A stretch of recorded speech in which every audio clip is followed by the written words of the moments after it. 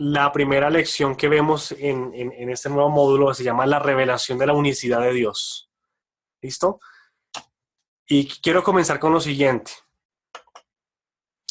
Y es esto. Fíjense ustedes que cuando Dios se manifiesta a Israel, una de las frases que se repite constantemente en el Antiguo Testamento es esta: Oye Israel, Jehová nuestro Dios, Jehová uno es. Oye Israel, Jehová nuestro Dios, Jehová uno es. Y esta misma estructura gramatical se repite en muchos pasajes del Antiguo Testamento. Dios lo repite a través de diferentes profetas en diferentes contextos históricos de la Biblia. Dios tiene que repetírselo a Israel porque al parecer Israel no había entendido algo, ¿sí? Y aquí vienen dos conceptos bien importantes en todo lo que es el mundo cristiano y el mundo espiritual, y es el politeísmo y el monoteísmo. Politeísmo se refiere a muchos dioses, como su nombre lo indica, y monoteísmo hace referencia a un solo Dios.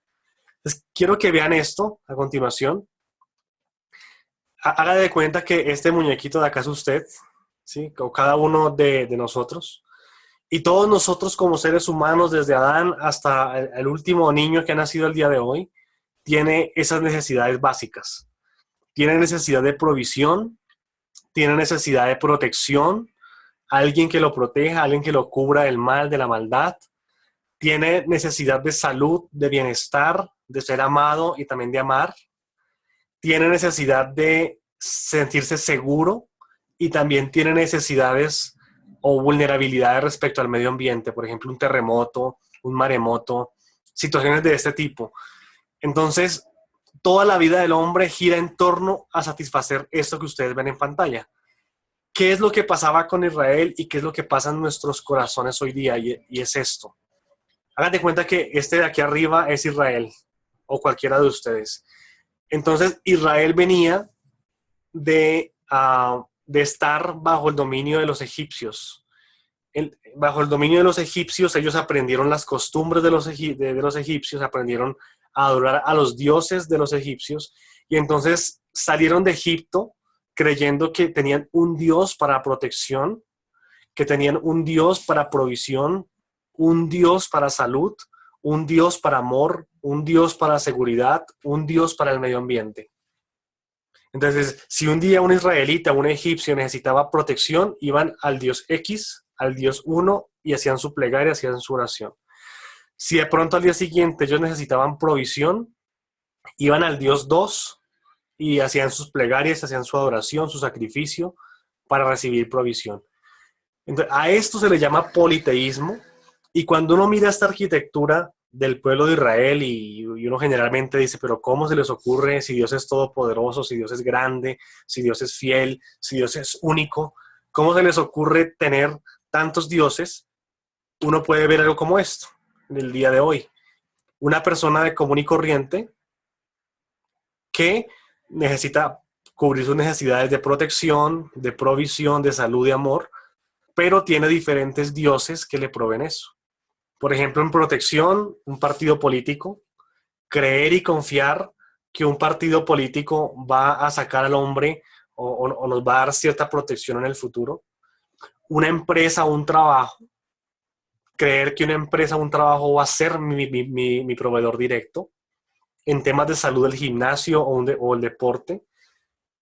Entonces uno como que compara Israel y compara el mundo actual y uno dice, puede ser que quizás en mi vida en algún momento, o quizás en mi vida actualmente, yo también sea tan politeísta como lo fue Israel en su momento. ¿Sí? Porque quizás he desarrollado tantos dioses en mi vida y a cada uno rindo tributo, a cada uno le doy mis mejores fuerzas, le doy mis mejores pensamientos en orden de adorarlo y de que ellos sean mis proveedores de seguridad, de salud y de provisión. ¿Sí? Y entonces Dios tiene que venir a nuestras vidas y recordarnos esta primera frase, este primer versículo. Oye Israel, oye Jorge, oye Bianca, oye Sandra, oye Edward, oye todos.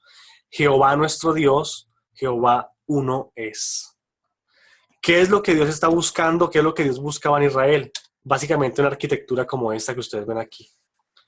Es una arquitectura monoteísta donde Jehová o Yahvé o Yeshua en el griego, es el único, en el hebreo, perdón, es el único proveedor, es el único Dios, es el único Señor que provee todas las necesidades del hombre. Si se dan cuenta aquí, el orden cambió completamente. Antes, si ustedes veían, pues estaba el hombre y debajo del hombre estaban todas las necesidades. En este momento la necesidad cambió completamente y ahora Jehová es el centro, Jehová es la guía, Jehová es el centro, Jehová es el único Dios de este hombre que tiene todas estas necesidades que ustedes ven aquí, necesidad de ser amado, necesidad de provisión, necesidad de superación, necesidad de salud, necesidad económica, financiera. Y cuando esto se cumple en nuestras vidas, cuando esto se cumplió en Israel, fueron los periodos en los cuales Israel empezó a prosperar. Cuando uno mira la historia de la Biblia, uno se da cuenta que la razón por la cual David prosperó fue porque Jehová era su único Dios, Yahvé era el único Salvador, era el Dios proveedor, era el Dios del amor, era el Dios que daba protección, era el Dios que daba la victoria en las batallas, ¿sí? Y él, directamente Dios, cubría todas las necesidades que tenía David y que tenía el pueblo de Israel. Si nosotros aprendemos esto, si nosotros entendemos esto, nuestra vida va a ir a un siguiente nivel. Pero si de repente nuestra vida se comporta como lo estamos viendo en este slide, si de repente en alguna de nuestras áreas, en alguna de nuestras necesidades tenemos un Dios que hemos fabricado o que hemos adorado durante algún tiempo, nuestra vida va a ir al fracaso, nuestra vida va a ir en declive. Entonces, fíjense en esto, miren. Israel era un pueblo que había sido influenciado por el politeísmo egipcio, como ya lo mencioné. Había sido influenciado por todos los dioses egipcios. Lo que los egipcios adoraban, ellos también lo estaban adorando. Tenían las costumbres paganas de Egipto. Tenían o habían vivido en la cultura pagana de Egipto. Y adicional a eso, tenían un estilo de vida de esclavitud. Dios tiene que hacer dos cosas básicamente. Y la primera cosa que Dios hace, y como se presenta ante Israel, es diciéndole: Israel, yo soy Jehová, yo soy un único Dios. Dice el versículo 6 de Éxodo 6, dice, yo soy Jehová y yo os sacaré de debajo de las tareas pesadas de Egipto y os libraré de su servidumbre y os redimiré con brazo extendido y con juicios grandes. Lo primero que Dios hace con Israel es mostrarse a Israel como un único Dios, como ese único Señor que puede suplir todas sus necesidades. Y fíjense en lo siguiente: después de que Dios se presenta como el único Dios, Dios empieza a manifestarse a través de diferentes nombres o de diferentes connotaciones a Israel. Por ejemplo, en una oportunidad Dios le dice a Israel: yo soy Adonai, que significa dueño y amo de absolutamente todo. Ahí le está diciendo Dios a Israel: yo soy quien puede cubrir todas sus necesidades básicas. Yo soy el Shaddai, que fue otra de las manifestaciones del nombre de Dios, donde se habla de que Dios es todopoderoso.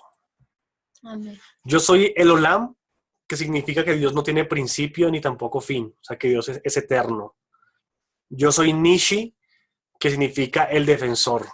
Cuando Israel iba a ir a una guerra, Israel ya no invocaba al dios egipcio de la guerra, ahora Israel invocaba a Jehová Nishi, que significa Jehová mi defensor. O cuando Israel tenía escasez, ya Israel no invocaba al dios egipcio de la provisión o de la abundancia, Israel invocaba a Jehová Jireh, que significa Jehová mi proveedor. Si ustedes se dan cuenta y miran este orden, van a entender que Dios es único, que uno es su nombre y que Él es el único Dios que puede satisfacer todas nuestras necesidades. Amén. Amén. Muy bien. Fíjense en esto, miren. Dice Deuteronomio capítulo 32, versículo 39. Dice, voy a mover esto por acá. Dice así: ved ahora que yo soy y no hay dioses conmigo. Es decir, Dios es el único Dios. Dice: yo hago morir y yo hago vivir, yo hiero y yo sano, y no hay quien pueda librar de mi mano. ¿Sí? Este versículo es un versículo donde Dios está hablando directamente a Moisés y a Israel en su momento. Y lo que Dios está tratando de hacer con el pueblo de Israel es lo que ustedes ven ahí abajo. Y es tratar de sacar a Egipto de Israel. Alguien decía, hace unos días decía, fue más difícil sacar a Egipto del corazón de Israel que sacar a Israel de Egipto. Todos hemos escuchado la historia de cómo Dios saca a Israel de Egipto, las plagas, cómo Dios se manifiesta a través de Moisés contra Faraón. Sin embargo, fue más difícil sacarle a Egipto del corazón de Israel que haber tomado al pueblo de Israel y sacarlo físicamente de Egipto. Y a veces pasa eso en nuestras vidas. A veces como que Dios nos sacó de Egipto, físicamente ya no estamos en Egipto, ya no estamos allá en el pecado, en la rumba, tomando trago con mujeres, ya no estamos en los vicios.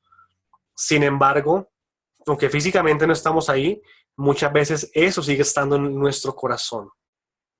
Y empezamos a levantar dioses y altares en nuestra vida para buscar satisfacer necesidades nuestras. Pero entonces Dios tiene que venir con nosotros y hacernos entender cosas como que Dios es el único proveedor, Dios es quien nos puede dar todo lo que necesitamos, todo lo que sentimos que nos hace falta en la vida. Amén. Amén. Otro versículo que me llama mucho la atención dice, porque hay un solo Dios y un solo mediador entre Dios y los hombres, Jesucristo hombre. Hay un solo Dios y un solo mediador entre Dios y los hombres, Jesucristo hombre. Yo aquí quiero hablar un poco sobre quién es Dios. Digamos que Dios es, como dice la Biblia, Dios es espíritu, Dios es amor, pero ese amor se manifiesta en tres personalidades diferentes, más no en tres personas. Es decir, Dios se manifiesta de tres formas diferentes, pero sigue siendo el mismo Dios. Se manifiesta como Padre, se manifiesta como Hijo y se manifiesta como Espíritu Santo. Pero esas tres manifestaciones de Dios no significan que Dios sea tres personas diferentes, sino que esas tres manifestaciones de Dios son formas a través de las cuales Dios se comunica, a través de las cuales Dios se manifiesta, pero sigue siendo un mismo Dios. Amén. Por ejemplo, aquí habla de Jesucristo el Hijo. El Hijo es una manifestación de Dios a través de la cual Dios redimió al pueblo o a la gente, al mundo total, de sus pecados y de sus maldades. Amén. Amén. Isaías 45, versículos 5 y 6 dice, yo soy Jehová y ninguno más hay, no hay Dios fuera de mí. Yo te enseñaré aunque tú no me conociste, para que se sepa desde el nacimiento del sol hasta donde se pone que no hay más que yo Jehová, ninguno más que yo. Una vez más, Dios le está diciendo al pueblo de Israel, solamente soy yo, no hay otro Dios como yo. No puedes tener a Dios para unas cosas, a Jesucristo para unas cosas como Dios, y a otras situaciones, personas, empresas, compañías o lo que sea, como Dios. Porque dice la palabra de Dios que Dios es un Dios fuerte y celoso, y Dios quiere que nosotros seamos exclusivos para Él, así como Él es exclusivo para nosotros. Amén. Entonces, quiero dejar esto en el corazón de ustedes en este día. Dios está completamente interesado en ser nuestro único Dios, en que no haya ningún otro Dios sobre nuestra vida. Es muy común ver en la vida de los cristianos cómo se levantan dioses, cómo se levantan personas como dioses. Alguien comentaba hace unos días que se hizo un estudio en Harvard donde se comprobó que los cristianos éramos más idólatras que los mismos católicos. Y entonces uno se pregunta, ¿pero cómo puede ser eso? Y entonces ese estudio decía que los cristianos somos más idólatras que los mismos católicos, porque buscamos personas a quien seguir, a quien idolatrar, buscamos organizaciones, buscamos empresas, buscamos hábitos a los cuales les rendimos tributo, les rendimos nuestras fuerzas, les rendimos nuestra mente y esperamos que ellos solucionen cosas por nosotros. Particularmente, yo puedo dar fe que Dios ha sido pues mi único Dios en todas las áreas que conforman mi vida.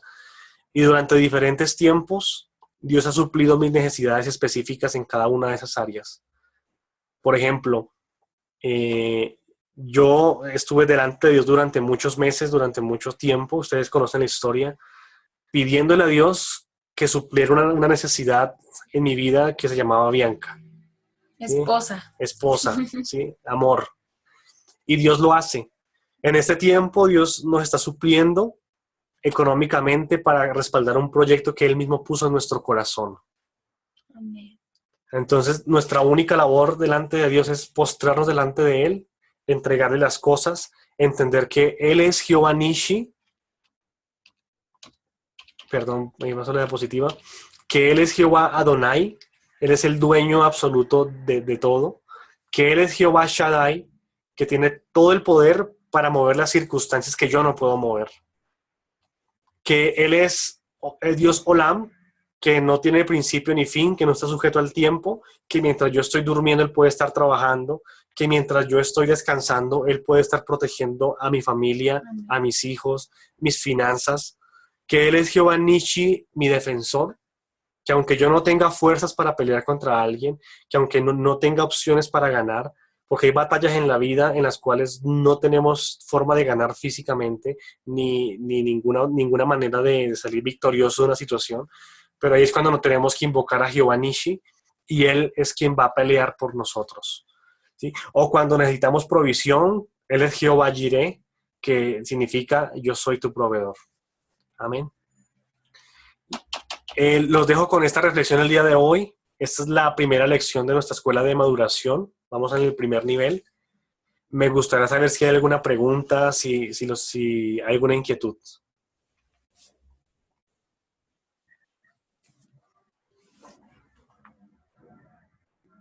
¿No? Sí.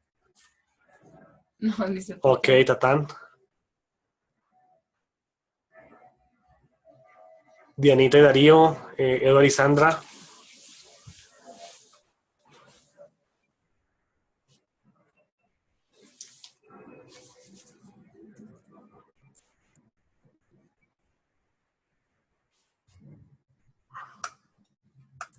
Ok. Creo que